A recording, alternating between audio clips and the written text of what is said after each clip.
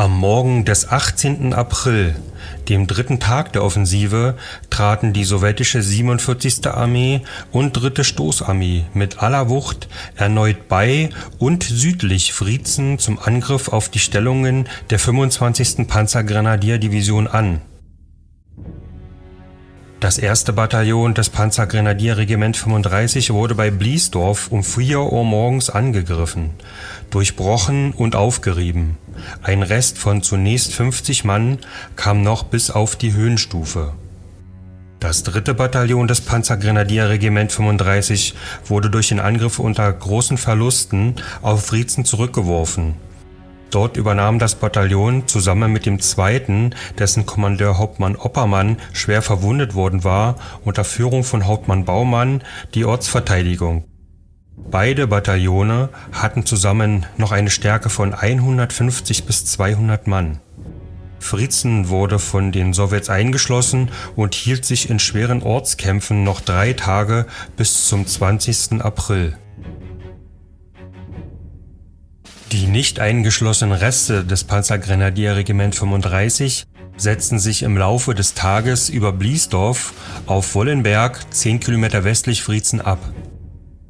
Das Panzergrenadierregiment 119, rechts daneben in Stellung, verteidigte sich hartnäckig in den Wassergräben bei Cunnersdorf.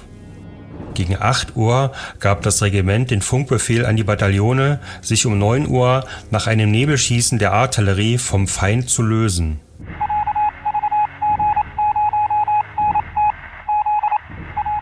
Wegen Ausfall der Funkverbindung konnte der Absetzbefehl um 9 Uhr nicht mehr an die Bataillone gegeben werden.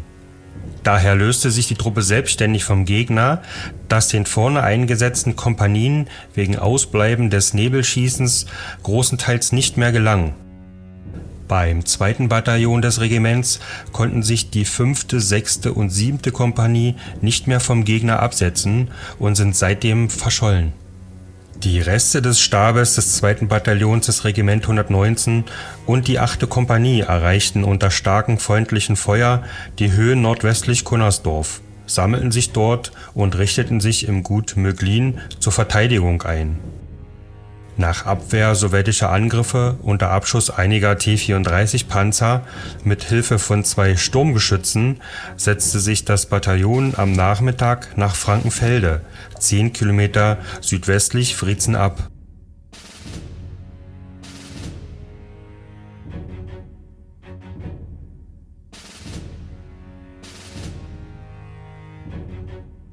Die Heeresflakabteilung 292 musste auch unter pausenloser Artillerie- und Fliegerangriffen bis in die Gegend von Haselberg zurückweichen.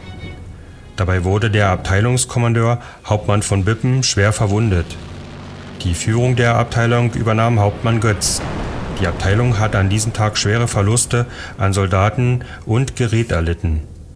Die 25. Panzergrenadierdivision versuchte am Abend eine Sicherungsfront von Frankenfelde, Ludersdorf, Südrand Friezen aufzubauen, mit losem Anschluss an die 18. Panzergrenadierdivision in Prötzel.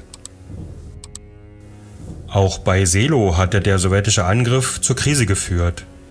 Dort war zwar ein Gegenangriff der SS-Panzergrenadierdivision Nederland eingeleitet worden, aber die Division traf nicht rechtzeitig auf dem Gefechtsfeld ein. Auch die 18. Panzergrenadierdivision erreichte dort verspätet das Schlachtfeld und konnte die Spitzen der 2. sowjetischen Panzerarmee bei Müncheberg nur noch aufhalten, aber nicht mehr zurückwerfen.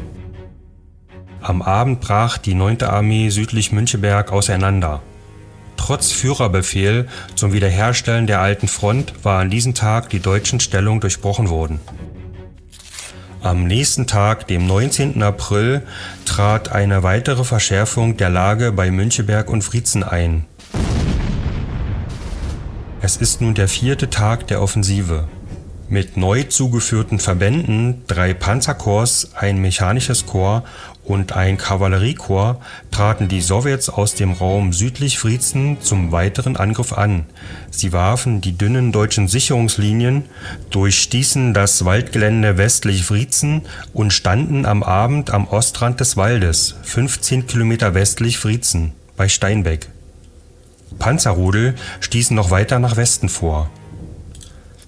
Die Reste des Panzergrenadierregiment 119 setzten sich unter ständiger Verfolgung im Fußmarsch weiter nach Nordwesten ab und trafen am Abend über Haselberg, Wösinkendorf in Brunow auf die Reste des 1. Bataillons des Regiment 35.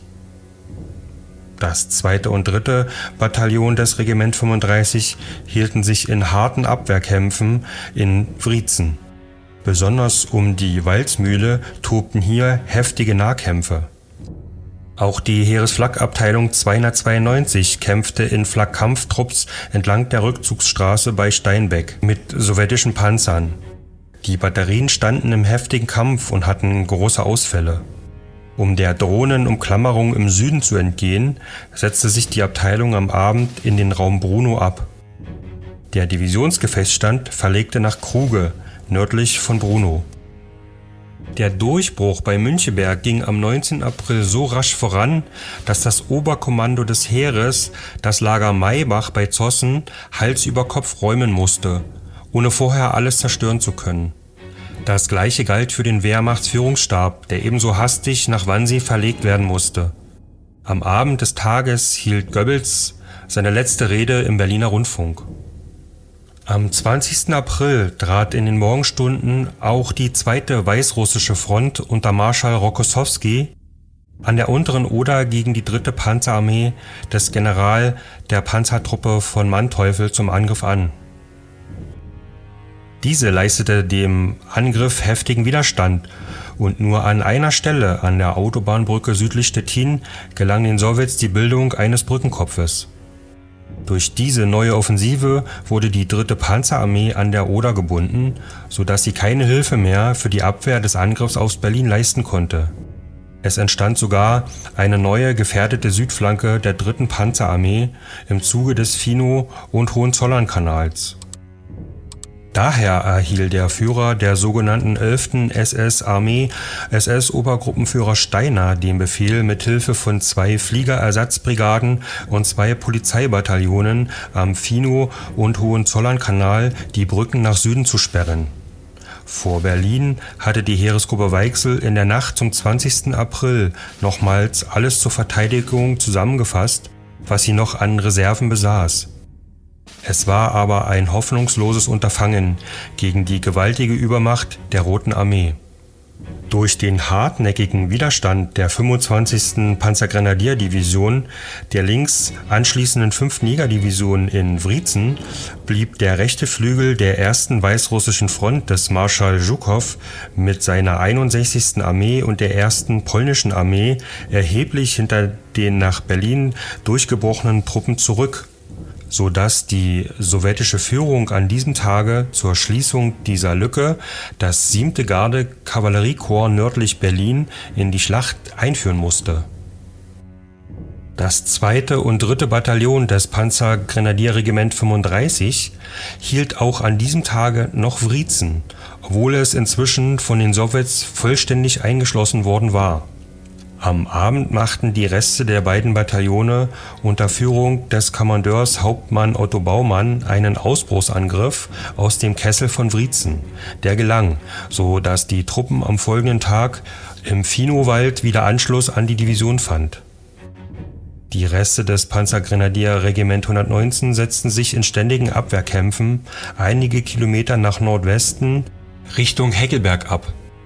Die Führung des Regiments übernahm an diesem Tage der Adjutant der Division, Major Fellmann, da Oberleutnant Huss ausgefallen war. Auch die Heeresflakabteilung 292 bezog bei Heckelberg Stellung, wobei es in der Nacht zu mehreren Fehlleitungen in den einzelnen Marschgruppen gekommen war. Ein Zeichen des Durcheinanders, das bereits auf der Straße herrschte. Gerüchte, dass diese Fehlleitungen von eingeschleusten Überläufern verursacht würden, kursierten in der Truppe. Der Divisionsstab hatte bereits Schwierigkeiten, mit seinen Truppen Verbindung zu halten. Südlich der Stützpunktlinie der Division strömten die sowjetischen Panzerverbände nach Westen in Richtung Verneuchen und Bernau. Die Division war an diesem Tage endgültig nach Norden abgedrängt worden und dadurch nicht in den Endkampf um Berlin geraten. Wenn dir dieses Video gefallen hat und du erfahren möchtest, wie es weitergeht, würde ich mich sehr freuen, wenn du uns jetzt unterstützt und du dem Kanal ein kostenloses Abo dalässt und die Glocke aktivierst und auf alle stellst, sodass du immer eine Nachricht erhältst, wenn auf dem Kanal ein neues Video hochgeladen wird. Über einen Daumen nach oben würde ich mich ebenfalls freuen. Wir sehen uns im nächsten Video. Ich danke dir, dass du dabei bist.